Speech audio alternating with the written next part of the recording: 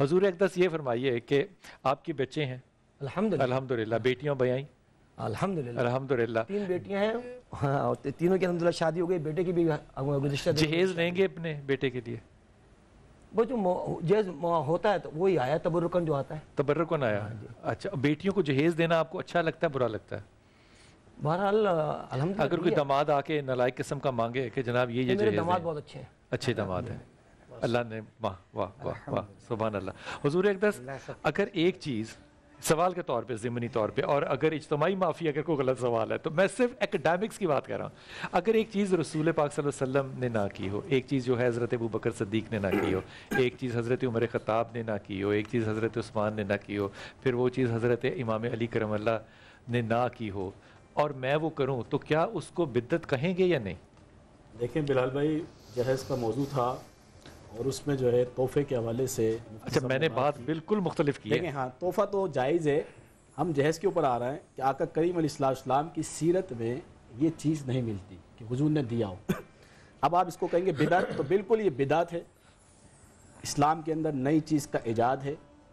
غریب غربا جو لوگ ہیں وہ استطاعت نہیں رکھتے, ان پر بوجھ ہے. یہی وجہ ہے کہ معاشرے کے اندر برائیاں مزید بڑھتی چلی جا رہی ہیں, بڑھتی چلی. رضی بھائی میں ایک بات عرض کروں, اماں عائشہ کے پاس نا ایک خاتون آئی تو آپ نے تحفہ دیا, آپ نے اس تحفے کو کپڑے میں لپیٹ کر ایک اچھا پریزنٹ بنا کر دیا, تحفے دینے کا سلیقہ بتایا, کھجور دی تو آدھی آدھی توڑ کے دی, اپنے لیے نہیں رکھی. یہ تحفہ دینا جو اس میں شامل ہم کر دیتے ہیں نا, میرے خیال میں یہ تو سنت ہے نا, تحفہ دینا تو ہدیت ہے تو سنت ہے. لیکن جب اس موضوع پہ بات کرتے ہیں تو اس کو میرے خیال میں جب 2 مسالے ملاتے ہیں تو یہ مسالے ہمیں ملانی نہیں چاہیے. علامہ صاحب آپ اس بارے میں کیا فرمائیے گا اسی سوال کے جواب میں؟ کیا حضور اکرم صلی اللہ علیہ وآلہ وسلم نے ہوائی جہاز پہ سفر کیا؟ بالکل نہیں کیا. کیا حضور اکرم صلی اللہ علیہ وآلہ وسلم نے موبائل یوز کیا؟ بالکل نہیں کیا. اب مثال 100 بن جائیں گی. جی ہزاروں بن جائیں گی.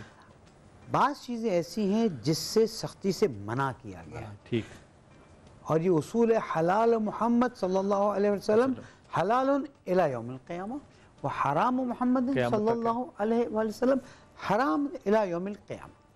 ہماری اس وقت جو گفتگو میں مسئلے کی جو بات ہے وہ یہ ہے کہ جہیز جو اس وقت لعنت بنا ہوا ہے اس کو حل کیسے کریں؟ جی اس کا حل یہ ہے کہ بچپن سے جیسے آپ نے وہ درس میں پڑھا تھا نا, اب کیوں میرے سلیبس میں نہیں ہے, اب کیوں میرے بچوں کی کتابوں میں نہیں ہے؟ کیونکہ تب مولوی صاحب کے بچے چھوٹے ہوں گے, اب جوان ہو گئے. یہ مجھے نہیں معلوم ہے, یہ آپ کا کہنا ہے.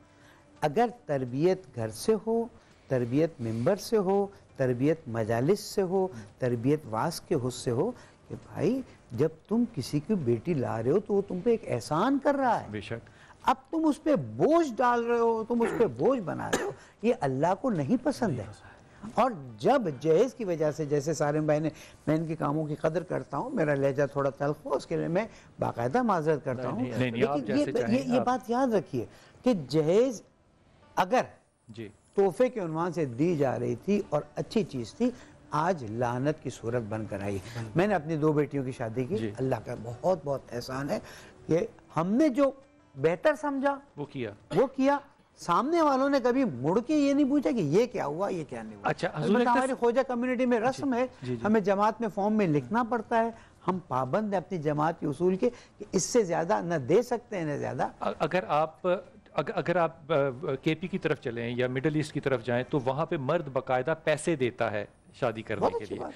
وہ ایسا کیوں کرتے ہیں پھر؟ وہ جہیز لینے کی بجائے وہ پیسہ کیوں دے رہا ہے؟ سارا مڈل ایسٹ دیکھ لیں. میں تو ایک بات یہ پوچھنا چاہتا ہوں, سمندری سفر جو ہے یہ جائز ہے یا ناجائز ہے؟ جائز. تو آپ صلی اللہ علیہ وسلم کی سیرت تجربہ سے کبھی ثابت نہیں کہ آپ صلی اللہ علیہ وسلم نے سمندر کا سفر فرمایا. یہ مثال بنتی ہے دینی؟ یہ مثال ہی نہیں بنتی. اس مثال کو اسلام کی شہزادی کونین کا نکاح ہوا, کیونکہ نکاح ہوا ہے نا, وہ مثال یہ مثال نہیں بنتی. ایپل کے ساتھ اورنج کے ساتھ ملیں گے, اسے کہتے ہیں آرگومنٹ میں اس کو کہتے ہیں جس چیز سے منع کیا ہو. میں تو یہ بھی نہیں کر سکتا جس چیز سے منع کیا ہو. فصیح صاحب نے اگر اپنی بیٹیوں کو اپنی استطاعت کے مطابق پیسہ یا مال یا تحفہ دیا, انہوں نے لعنتی کام نہیں کیا. میرا موقف ہے, آپ اس سے اختلاف کر لیں. کوئی والد اپنی استطاعت مالیہ کے مطابق اپنی بیٹی کو بغیر بوجھ اور بار کے اگر وہ اپنی بیٹی کو تحائف دینا چاہتا ہے, چاہے اس کو نام جہیز کا دیا جائے, اس سے وہ حدیث بتا دیں جس سے نبی نے جہیز سے منع کیا. آپ ہی کے کال کے مطابق جب آپ یہ فرمائے کہ میرا موقف ہے تو آپ نے فرمانا ہے کہ یہ موقف کس کا ہے؟ ان دی لائٹ آف دی قرآن و سنہ. پہلے پیچھے بریک سے پہلے کہہ چکا ہوں, پیچھے حدیث ہوتی ہے. مجھے صرف ایک حدیث رضی بھائی بتا دیں, آپ بتا دیں نبی صلی اللہ علیہ وسلم نے اس حدیث میں جہیز سے منع کیا. لیکن حضور نبی کریم علیہ السلام نے اپنے پاس سے حضرت سیدہ پاک خاتون جنت کو کیوں کچھ نہیں دیا؟ دیا ہے. صدیق رضی اللہ اب میں عرض کرتا ہوں, سنن نسائی کی میں نے آپ کو حدیث سنائی ہے, سنن نسائی کی حدیث سنائی ہے, اور میں دوبارہ سنا دیتا ہوں. جہز رسول اللہ صلی اللہ علیہ وسلم فاطمہ فی خمیل ورقہ ووسادہ حشوها عدم لہیب. یہ باقاعدہ سنن نسائی کے الفاظ ہیں. آپ فرما رہے ہیں کہ 500 درہم کے علاوہ بھی رسول پاک صلی اللہ علیہ وسلم نے اپنی طرف سے جہیز جو ہے وہ سیدہ کو دیا. دوسری بات یہ دیکھیں, ایک سیکنڈ دیتے ہیں, آپشنل معاملات کے اندر ممانعت کی حدیث چاہیے ہوتی ہے, اجازت کی نہیں چاہیے ہوتی ہے. حضور کیونکہ دیا رسول پاک صلی اللہ علیہ وسلم نے, وہ تو سنت ہو گیا نا. پھر تو لفظ کوئی اور بدکاری کا استعمال یا برا لفظ استعمال کرنا ہی نہیں چاہیے. اب میں اس کا جواب دیتا ہوں. جب آپ کہہ رہے ہیں سنت ہماری فقہ حنفی کے مطابق, جو اس وقت پاکستان میں کثرت کے ساتھ رائج ہے, استطاعت کے مطابق جہیز دینا, دوبارہ یہ لفظ کہوں گا تاکہ ادھر ادھر نہ جائے, حیثیت اور استطاعت کے مطابق سنت ہے. ہماری حرکتیں زحمت ہیں, سنت ہے, رحمت بھی ہے. ہماری حرکتیں آپ ایسا نہیں سمجھتے کہ اس سنت کو بڑھایا جائے تو وہ زیادہ مطلب سنت ہے؟ کیوں اسراف ہوگا؟ اگر تو قرضہ لوگے حرام ہے. نہیں, قرضہ نہ لیں, ہاں اگر خود دے سکیں دے, جتنا چاہیں دیں, بالکل جائز, تو وہ سنت میں ثواب ہی ہوگا نا. بالکل جائز. اگر کسی والد کے پاس پیسہ ہے تو وہ بیٹی کو رخصتی کے وقت میں تحفہ دیتا ہے, حلال ہے. سنت رسول کے اوپر کسی قسم کا اس طرح کا جملہ جو کہ نام مناسب ہو تو نہیں کہنا ایک نقطہ مجھے یہاں بیان کرنا. جی بسم اللہ. آج حج کی کتنی فیس لی جا رہی ہے, کتنا لیا جا رہا ہے, آپ کو اندازہ ہے؟ جی کیا فرما رہے ہیں؟ حج جی کتنا لیا جا رہا ہے؟ 12-13 لاکھ کے قریب. سرکاری 12-13 لاکھ, پرائیویٹ کمپنی 25 سے 35 لاکھ. جی ماشاءاللہ. اب یہاں پر بتائیے, جا تو وہ دے رہے ہیں, خانہ کعبہ وہی ہے, حرم شریف وہی ہے, مکہ اور منی وہی ہے, ایک 12 لاکھ میں ایک 35 لاکھ میں, وہاں کیوں کوئی نہیں منع کرتا ہے؟ اور بلال بھائی, اور احرام وہی پہننا ہے. بلال بھائی ایک بات منع تو کرتے ہیں نا, بلال بھائی کہتے ہیں اسراف ہے, بلال بھائی علماء لے کے جاتے ہیں.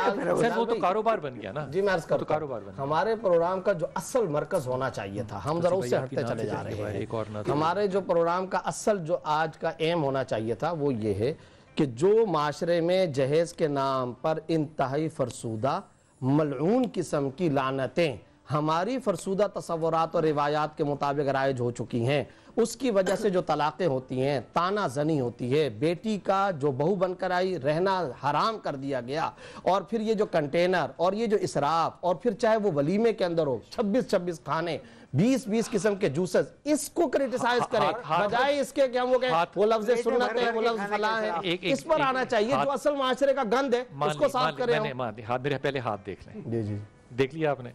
آپ مجھے ایمانداری سے بتائیں, جب ہم آپ سے سوال کرتے ہیں تو آپ غصہ کھا جاتے ہیں. ایک سیکنڈ, میں سوال پہلے ہاتھ دیکھ رہے ہیں, لیکن جب آپ تشریف لاتے ہیں تو آپ ہمیں یہ بھی بتاتے ہیں کہ پروگرام کرنا کیسے چاہیے. آپ نے یہ ظلم دیکھا.